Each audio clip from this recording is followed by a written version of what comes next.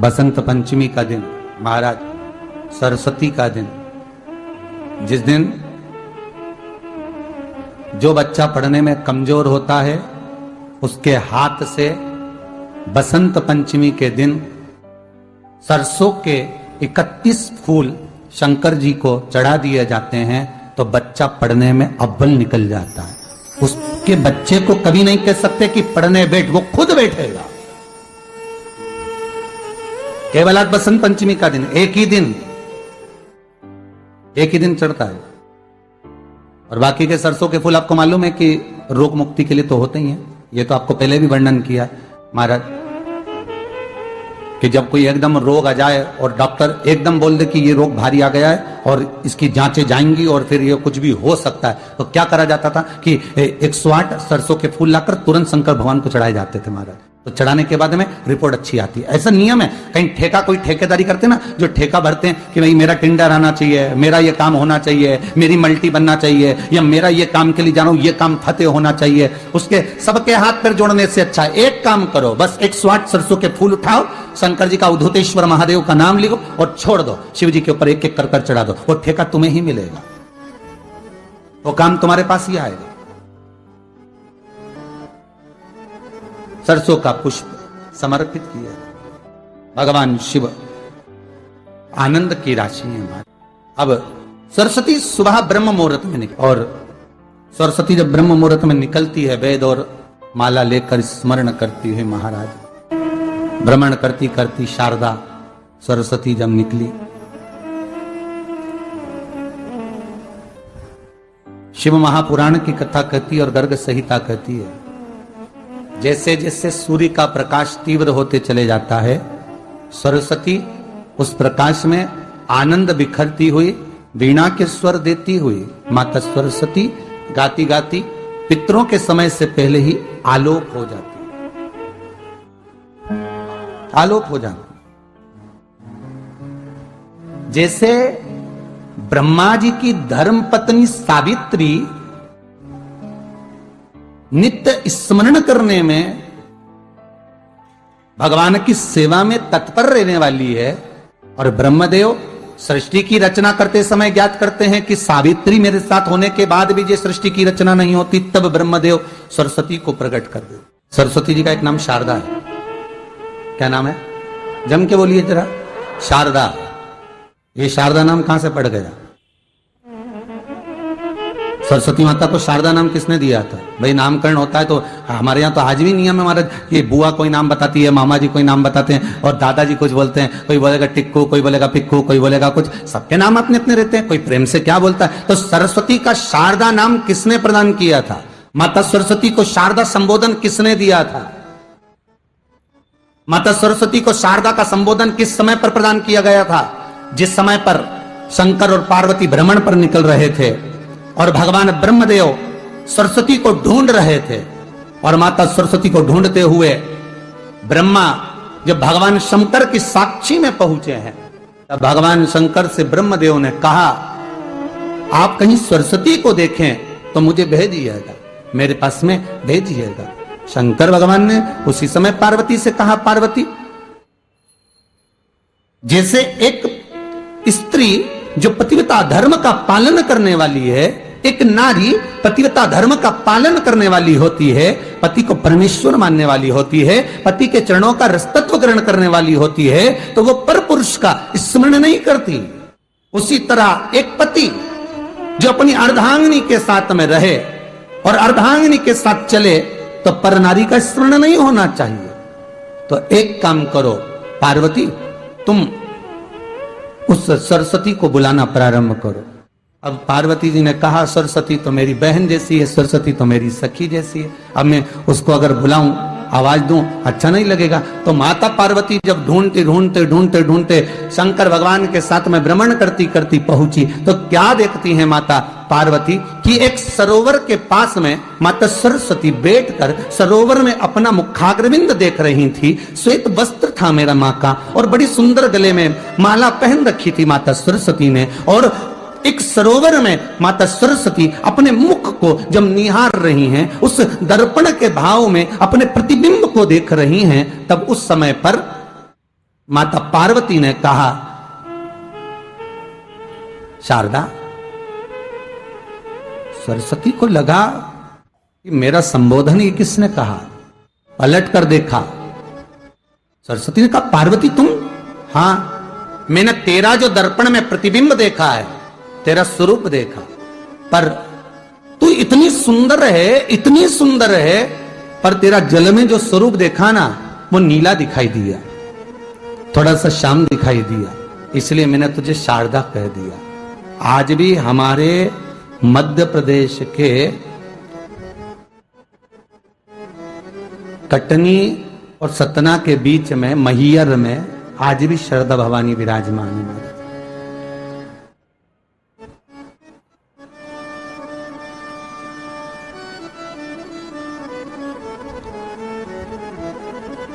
धार जिले में जाएंगे तो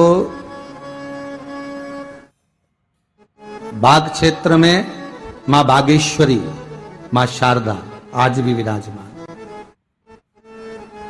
कहा, सरस्वती जी पूछी, पार्वती तुमने मेरे को शारदा क्यों कहा? क्योंकि तेरा जो प्रतिबिंब था वो श्याम नजर आ रहा था मुझे।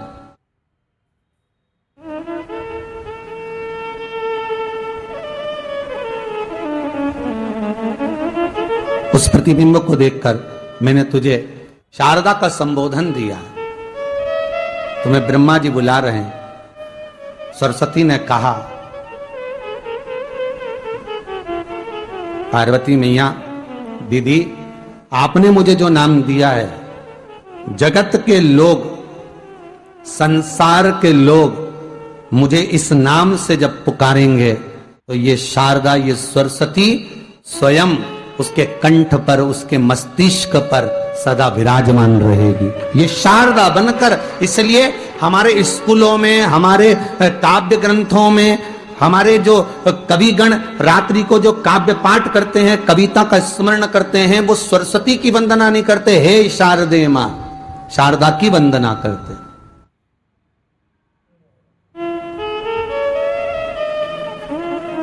कभी आपसे कोई पूछ ले कि शारदा नाम पार्वती सरस्वती का कब पड़ा, तो आप बता सकते कि ये माता शारदा नाम कोई सहज नहीं है। मां ढूंढने के लिए जब निकली, ब्रह्मदेव के कहने पर भगवान शिव के साथ भ्रमण करती। नाम का उच्चारण कोई सहज नहीं होता। कोई देखता होगा, दादाजी ने अगर किसी का नाम कुछ रखा है तो कुछ सोच के रखा होगा, पिताजी ने अगर कुछ रखा है तो उसके मन में कुछ आया होगा तो रखा होगा, मम्मी ने अगर कोई नाम रखा है तो उसने कोई विचार कर कर रखा होगा। कोई नाम अगर किसी का रखा जाता है तो उसके अनुकूल रखा जाता है कि हो सकता है कि वो नाम की क्या उसके मन में चल रहा होगा। तो शारदा का संबोधन कोई सहज नहीं है। माता सरस्वती का एक नाम शारदा हुआ, इसलिए संबोधन में सरस्वती कम शारदे मां ज्यादा बोला जाता है। आप काव्य पाठ कर लो, नाम जाप कर लो, स्मरण कर लो, चाहे वो विकलांग पैदा हो। पर जो शिव ने सोचा, रोती हुई सुजाता हाथ में जल लेकर महादेव को समर्पित करती है और चरण पकड़ लेती है। चरण,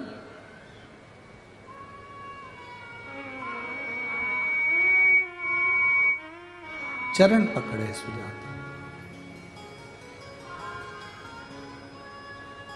और अच्छे से समझ लो, बच्चा माइंड से विकलांग है।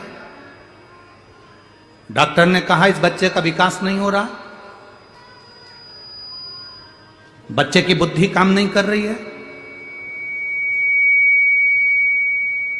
बच्चे का शरीर काम नहीं कर रहा है, कहीं हाथ, कहीं पैर में कहीं तकलीफ हो रही है, बच्चे का विकास नहीं हो रहा। 4 साल का हो गया, 5 साल का हो गया, 6 साल का हो गया, बुद्धि काम। तो उस जगह पर भी आप बच्चे से कहोगे ना, बेटा शिव जी को जल चढ़ाने जा रहे हो ना, तो ये जो 2 चरण है ना जहां से पानी बहता है, वहां स्पर्श कर कर आया करो और पानी पिया करो चढ़ाने के बाद। आप 15 दिन 20 दिन उस बच्चे से करवा कर देखो, कितना भी माइंड से हम यहां तक कहेंगे, जिस बच्चे की कोई शरीर में विकास नहीं और बच्चा कहीं पड़ा रहता है, मुंह में से राल टपकती रहती है, उस बच्चे के लिए भी अगर ये प्रयोग करोगे तो 2 से 3 महीने में वो बच्चा अपने आप धीरे धीरे शरीर का विकास होना प्रारंभ हो जाएगा। वो स्थान ऐसा, वो जगह ऐसी है, वो जगह की मूलता, उस जगह की महत्ता। बोल बम का नारा है, अच्छे जम के बोलो जरा, बोल बम का नारा है। स्थान की मूलता बढ़ जाती है, उस स्थान की मूलता। अब सुजाता रो रही है, शिव जी के चरण पकड़ लिए सुजाता, दबा रही है चरण। जल चढ़ाने के बाद जो चरण दबाया, रोती रोती कह रही है, मेरे पति ने मुझे श्राप दिया है, तेरे गर्भ में जो बच्चा होगा वो विकलांग पैदा होगा, तेरे गर्भ में जो बच्चा है वो विकलांग होगा, मेरा श्राप है, इसके गर्भ में जो बच्चा है वो विकलांग होगा।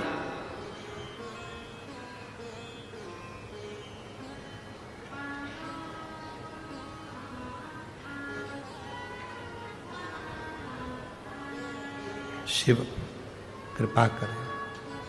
सुजाता आंखों से आंसू बहा रही है, नैनों से नीर बह रहा है, रोती जा रही है, भीतर से अश्रु बह रहे। बाबा देवादिदेव महादेव सुजाता के सामने प्रकट होकर, क्यों रो रही है?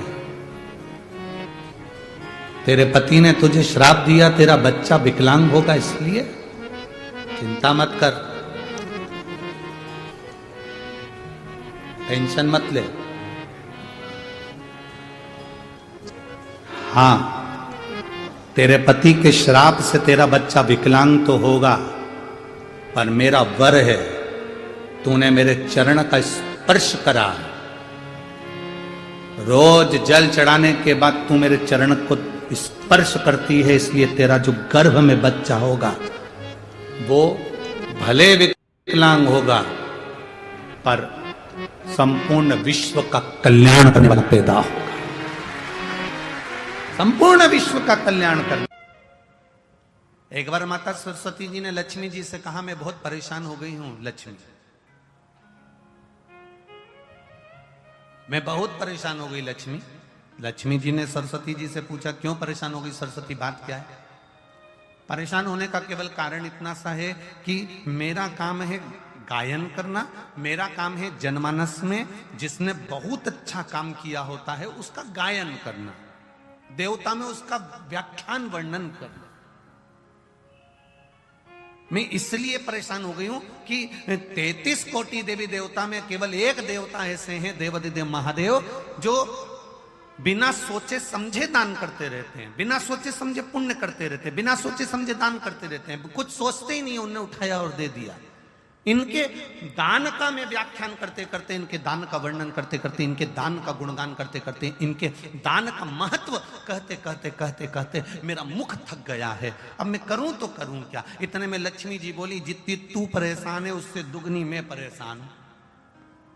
अब लक्ष्मी जी ने जैसे कहा कि मैं परेशान, तो सरस्वती जी ने पूछा कि तू क्यों परेशान है? अरे भोलेनाथ जी का क्या है, कहीं पर भी चले जाते हैं, किसी को भी देख लेते हैं, एक लोटा कोई पानी चढ़ाते दिखता है, तुरंत खड़े होकर कह देते हैं, जा तेरे पास में संपदा की कभी कमी नहीं होगी। अब वो तो कह के आ जाते हैं, लक्ष्मी जी कर रही, इतनी ड्यूटी बढ़ गई, इतनी ड्यूटी बढ़ गई कि मुझे दौड़ दौड़ कर उनके यहाँ संपदा देने जाना पड़ता। अब मैं भी परेशान हूं। अब ये दोनों परेशान होकर ब्रह्मा जी के पास गए। अब ब्रह्मदेव से कहा, प्रभु, इतने में सरस्वती जी बोली, स्वामी स्वामी स्वामी। स्वामी जी ने कहा, क्या बात है? ब्रह्मदेव बोले, तुम दोनों आज मेरे पास किस लिए आई हो?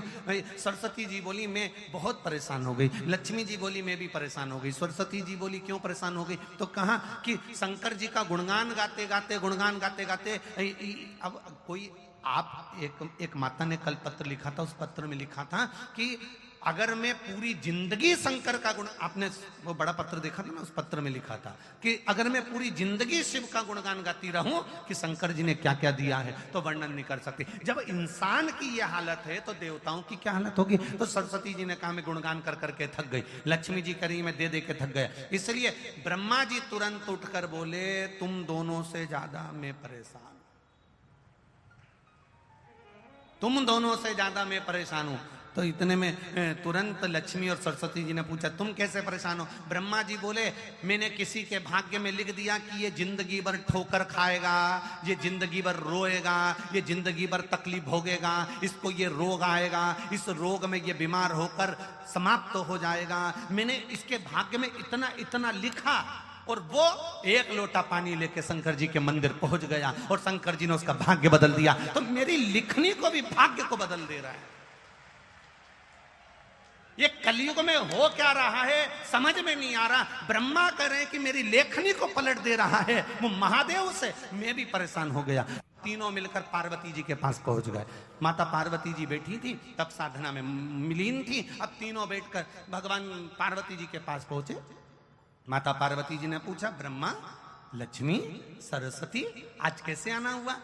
सरस्वती जी बोली, हम बड़े परेशान हो गए, तुम्हारे पति तब पुण्य कर रहे, तब पुण्य कर रहे, इतना दान कर रहे कि हम बोल बोल के थके जा रहे। लक्ष्मी जी दे दे के थकी जा रही है। अच्छा, और ब्रह्मा जी तुम कैसे आए? ब्रह्मा जी बोले, मैंने ललाट पर लिखा था कि ये दुख भोगेगा, तकलीफ भोगेगा, कष्ट भोगेगा, इसकी किस्मत में कभी मकान नहीं रहेगा, इसकी किस्मत में कभी जमीन नहीं रहेगी, इसकी किस्मत में संतान नहीं रहेगी, इसकी किस्मत में ऐसा रहेगा। मैंने कितना कितना लिखा था। पर वो लोटा भर के शंकर जी को जल चढ़ाता है और देवाधिदेव महादेव प्रसन्न होकर उनके भाग्य को बदल देते हैं। हम तीनों परेशान हो गए, इसलिए हम अपनी नौकरी छोड़ने के लिए आए।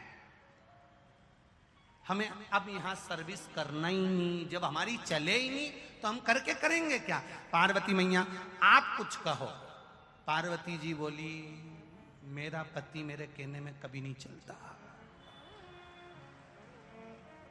मेरे कहने में चले ही नहीं तो मैं बोलूं क्या उसको? वो मेरे कहने में चलते तो मैं कह देती। फिर भी अगर आप कह रहे हो तो मैं बात करती हूं। पार्वती जी भी शिव जी के पास गईं।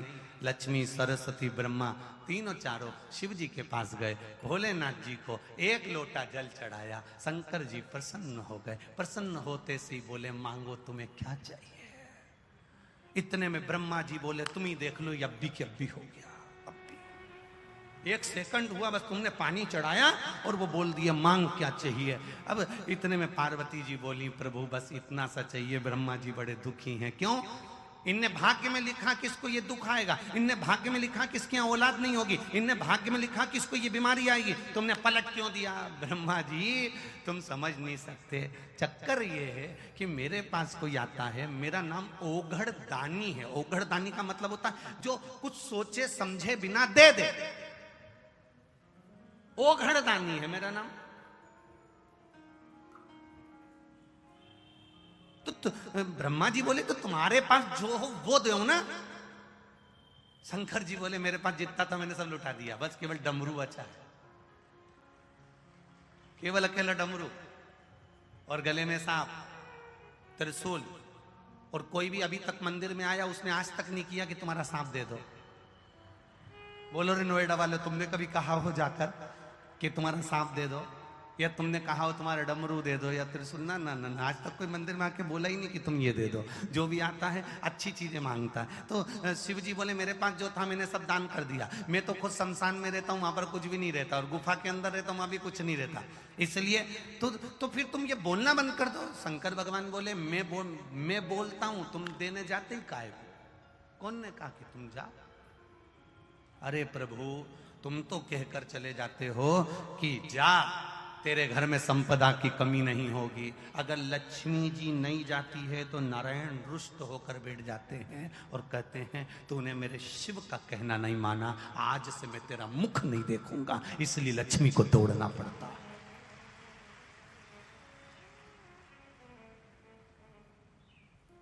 देवता भाग्य बना सकते हैं, देवता तुम्हारा भाग्य लिख सकते हैं, देवता भाग्य का लिखा तुम्हारे सम्मुख में ला सकते हैं। केवल भाग्य को बदल सकता है तो वो देवाधिदेव महादेव बदल सकता है। जो रावण को लंका दे सकता है, बाणासुर को हस्त दे सकता है, भस्मासुर को भस्म करने का आशीर्वाद दे सकता है, और एक चोर को कुबेर बना सकता है, वो कोई साधारण नहीं हो सकता है। एक चोटे को जो चोरी करने शंकर के मंदिर गया है, उसको कुबेर बना दिया।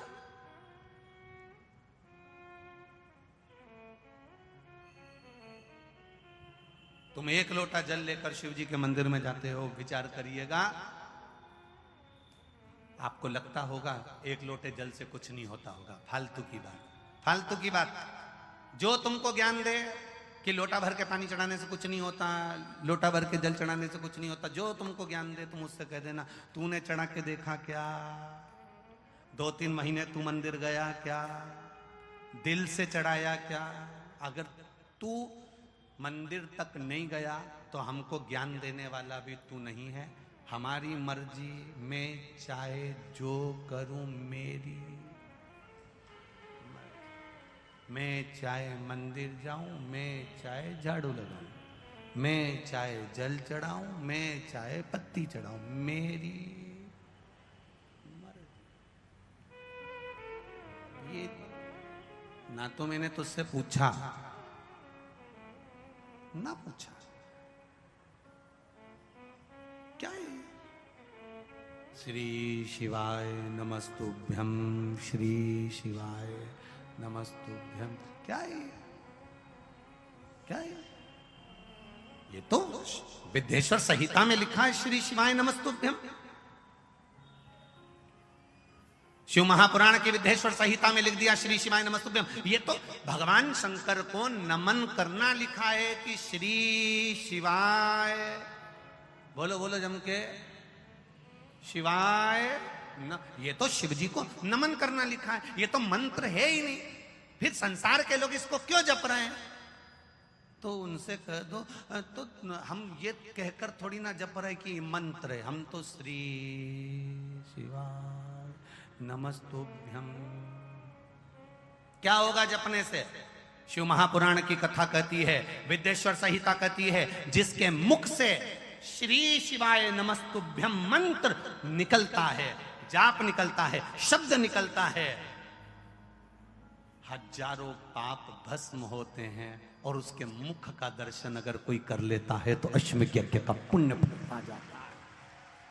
केवल मुख का दर्शन कर लेने से, श्री शिवाय नमस्तुभ्यम बोलने वाले का मुख का दर्शन कर लेने से एक आना। इसलिए आपसे कहा था किसी शिवालय में जाएं, जल चढ़ाने के लिए जाएं, आपको डरना नहीं है। जल चढ़ाते समय आपके मुख से आवाज निकलना चाहिए, श्री शिवाय।